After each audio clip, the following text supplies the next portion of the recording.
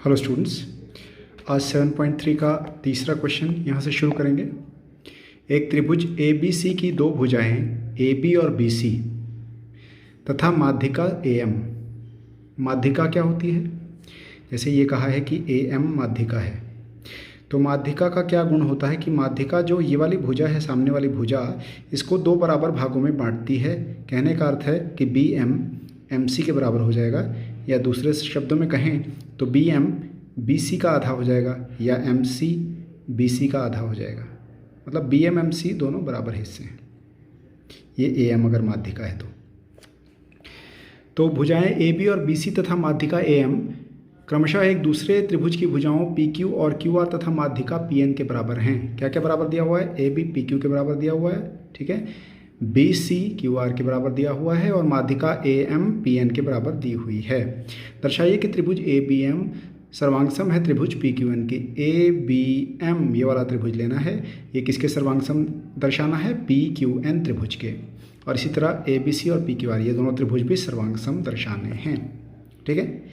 तो पहले हम ये वाले दो त्रिभुज लेंगे, ए बी एम और P Q N. A B M और पी क्यू एन, इनमें आप ये देखिए कि दो चीज़ें तो बराबर दिखाई दे रही हैं कि ए बी पी क्यू के बराबर है और ए एम पी एन के बराबर है।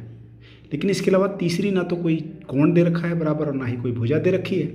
तो हमें उसके लिए क्या करना है वो देखिए। सबसे पहले आप लिखते कैसे हैं? दिया है, क्या क्या दिया गया है आपको? ए बी पी क्यू के बराबर, बी सी क्यू आर के बराबर, ए एम पी एन के बराबर। ए एम और पी एन क्या है? माध्यिकाएँ हैं त्रिभुज की। सिद्ध क्या करना है? ये दोनों भाग आपने लिख दिए। अब ये दोनों त्रिभुज आपको सर्वांगसम सिद्ध करने हैं, ए बी एम त्रिभुज और पी क्यू एन त्रिभुज, ठीक है। तो उसके लिए आप देखिए दो चीज़ें तो आपको दिख रही हैं, तीसरी चीज़ के लिए हम क्या करते हैं, आपको ये दिया है कि बी सी क्यू आर के बराबर है, ठीक है जी। बी सी अगर क्यू आर के बराबर है तो बी सी का आधा क्यू आर के आधे के बराबर होगा। दोनों तरफ दो से भाग करते हैं, कोई फर्क नहीं पड़ता। अब बी सी का आधा अभी मैंने आपको क्या बताया कि वो बी एम हो जाएगा और क्यू आर का आधा क्यू एन हो जाएगा। क्यों हो जाएगा? क्योंकि ए एम और पी एन दोनों क्या हैं? माध्यिकाएँ हैं। देखिए ये क्यू एन क्या हो जाएगा? पूरे क्यू आर का आधा हो जाएगा, क्योंकि पी एन माध्यिका है। और यहाँ पे बी एम किसका आधा हो जाएगा? बी सी का। तो इसका मतलब हमने क्या सिद्ध कर दिया कि बी एम क्यू एन के बराबर सिद्ध कर दिया। अब ये दोनों त्रिभुज आप ले लीजिए, ये दोनों त्रिभुज ए बी एम और P Q N. A B P Q के बराबर है, ए एम पी एन के बराबर, ये तो दे ही रखा है। अभी हमने सिद्ध किया कि बी एम क्यू एन के बराबर है। तीनों भुजाएं इस त्रिभुज की तीनों भुजाओं के बराबर हो गई, तो एस एस एस नियम लग जाएगा, ठीक है जी। तो आइए देख लेते हैं एक बार लिख के। त्रिभुजों ए बी एम तथा पी क्यू एन में ए बी बराबर पी क्यू दिया गया है, ए एम बराबर पी एन ये भी दिया है, और बी एम बराबर क्यू एन अभी हमने सिद्ध किया। तो त्रिभुज ए बी एम सर्वांगसम है त्रिभुज पी क्यू एन के। कैसे सर्वांगसम है? एस एस एस नियम के तहत। तो क्या आप ये कह सकते हैं कि कोण बी कोण क्यू के बराबर हो जाएगा? सीधी से ये कोण इस कोण के बराबर हो जाएगा, क्योंकि उनके दोनों त्रिभुजों के ये संगत भाग हैं, बराबर होते हैं। अब ये वाले त्रिभुज देखिए, ए बी सी त्रिभुज और पी क्यू आर त्रिभुज, इसमें आपको ए बी पी क्यू के बराबर दे रखा है, बी सी क्यू आर के बराबर दे रखा है, और अभी आपने सिद्ध कर दिया कि कोण बी कोण क्यू के बराबर हो जाएगा। तो एस ए एस नियम लग जाएगा। एस ये भुजा ली है, ये कोण है, और ये एक भुजा, दो भुजाएं और उनके अंतर्गत कोण आप ले रहे हैं, तो ऐसे एस नियम से कह सकते हैं, ठीक है जी। तो आपने त्रिभुजों ए बी सी तथा पी क्यू आर में ए बी बराबर पी क्यू दिया है, कोण बी बराबर कोण क्यू भाग एक में सिद्ध कर दिया हमने, और बी सी बराबर क्यू आर ये भी दिया गया है। तो अभी मैंने आपको बताया कि त्रिभुज ए बी सी त्रिभुज पी क्यू आर के सर्वांगसम हुआ। कौन से नियम से? एस एस नियम से, ठीक है। चलिए अगला क्वेश्चन देखते हैं, चौथा क्वेश्चन। बी ई और सी एफ एक त्रिभुज ए बी सी के दो बराबर शीर्ष लंब हैं। बी ई ए सी पर लंब है, सी एफ ए बी पर लंब है, और दोनों बराबर हैं। बी ई बराबर सी एफ दिया गया है। आर एच एस सर्वांगसमता नियम का प्रयोग करके सिद्ध कीजिए कि त्रिभुज ए बी सी एक सम द्विबाहु त्रिभुज है। आपको ए बी और ए सी बराबर सिद्ध करना है, ए बी और ए सी, ठीक है। और नियम कौन सा है? नियम भी यही लगाना है जो इन्होंने कहा है कि आर एच एस सर्वांगसमता नियम, यानी कि कर्ण, ठीक है ना, समकोण कर्ण और भुजा नियम, ये लगाना है, ठीक है। तो दिया क्या है कि बी ई ए सी पर लंब है, सी एफ ए बी पर लंब है, बी ई सी एफ के बराबर है, और सिद्ध क्या करना है कि ए बी ए सी के बराबर सिद्ध करना है, ठीक है जी। तो आइए देखते हैं कौन से त्रिभुज ले लें हम। ये देखिए बी ई सी, बी से शुरू किया, बी फिर बीच में 90 डिग्री का कोण, फिर सी, फिर सी से शुरू किया, बीच में 90 डिग्री का कोण, और नाम ध्यान से देखिए बी ई सी त्रिभुज और CFB त्रिभुज, ये दोनों त्रिभुज ले लेंगे। अगर ये दोनों सर्वांग सम सिद्ध कर दें तो ये दोनों कोण बराबर हो जाएंगे CPCT से, और इनके सन्मुख भुजाएं AB और AC हैं वो भी बराबर हो जाएंगे। तो त्रिभुज BEC और कौन सा त्रिभुज हम ले रहे हैं, CFB त्रिभुज। ठीक है जी, देखिए त्रिभुजों BEC तथा CFB में कोण BEC बराबर कोण CFB 90 डिग्री का कोण है।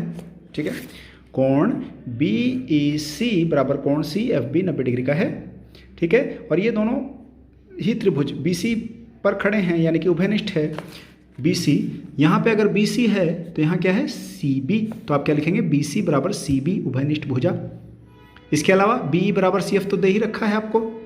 ठीक है जी, तो BE बराबर CF दे रखा है।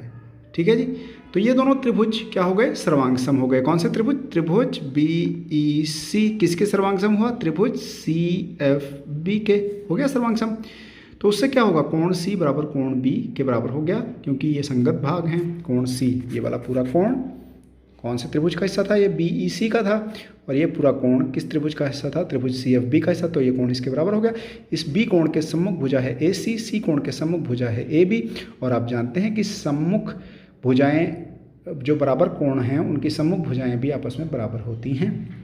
तो कोण C बराबर कोण B हो गया CPCT से, और AB AC के बराबर हो गया, बराबर भुजाओं बराबर कोणों की सम्मुख भुजाएं। ठीक है, तो AB AC के बराबर सिद्ध हो गया। तो इसका क्या मतलब है, ABC एक समद्विबाहु त्रिभुज है। चलिए 5वां क्वेश्चन देख लेते हैं। ABC एक समद्विबाहु त्रिभुज है। ये त्रिभुज दे रखा है आपको ABC, जिसमें AB AC के बराबर है, समद्विबाहु दे रखा है ना, और AP BC पर लंब खींच कर दर्शाइए कि कोण B कोण C के बराबर है। तो ये AP ये लंब खींच दिया हमने, दर्शाना क्या है, कोण B कोण C के बराबर। तो अगर हम ये दो त्रिभुज ले लें, देखिए ध्यान से, APB फिर APC। ठीक है, नाम ध्यान से देखिए, A फिर PB, तो बीच में 90 डिग्री का कोण आ रहा है यहाँ पे APC बीच में 90 डिग्री का कोण आ रहा है। तो नाम ध्यान से लिखने हैं आपने, ऐसे नहीं लिख देना कि एक का तो लिख दिया APB, दूसरे का लिख दिया CPA। ठीक है, नाम ध्यान से सही होने चाहिए नाम आपके। त्रिभुज ऐसे होने चाहिए कि अगर एक को दूसरे के ऊपर रखें तो वो दूसरा दिखाई ना दे, छिप जाए दूसरा। तो दिया है पहले आपने त्रिभुज ABC में AB AC के बराबर है, AP BC पर लंब है, सिद्ध करना है कोण B कोण C के बराबर है। तो त्रिभुज कौन कौन से ले लिए, त्रिभुज APB और APC, इनमें देखिए क्या क्या बराबर है। ये देखिए, ये कोण 90 डिग्री का है, कोण APB, और कोण APC 90 डिग्री का है, दोनों आपस में बराबर हैं, दोनों समकोण। AB AC के बराबर दिया गया है क्योंकि समद्विबाहु त्रिभुज है। एक और देखिए, AP दोनों में उभयनिष्ठ है ना। तो अब नियम कौन सा लगेगा, आपने एक 90 डिग्री का कोण लिया, एक सबसे बड़ी भुजा ली है 90 डिग्री का कोण और कर्ण, तो समकोण कर्ण और कोई और एक भुजा ली है। तो एक समकोण आपने लिया 90 डिग्री का कोण, एक आपने ली है कर्ण सबसे बड़ी भुजा, दोनों त्रिभुजों की सबसे बड़ी भुजा आपस में बराबर है ना, AB और AC।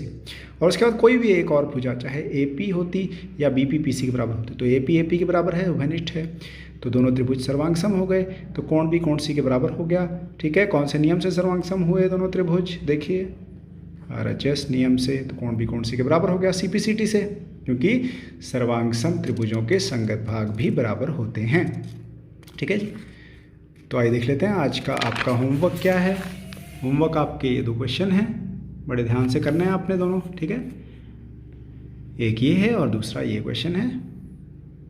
तो स्टूडेंट्स, आज की वीडियो में इतना ही, अगली वीडियो तक प्रैक्टिस करते रहिए। All the best.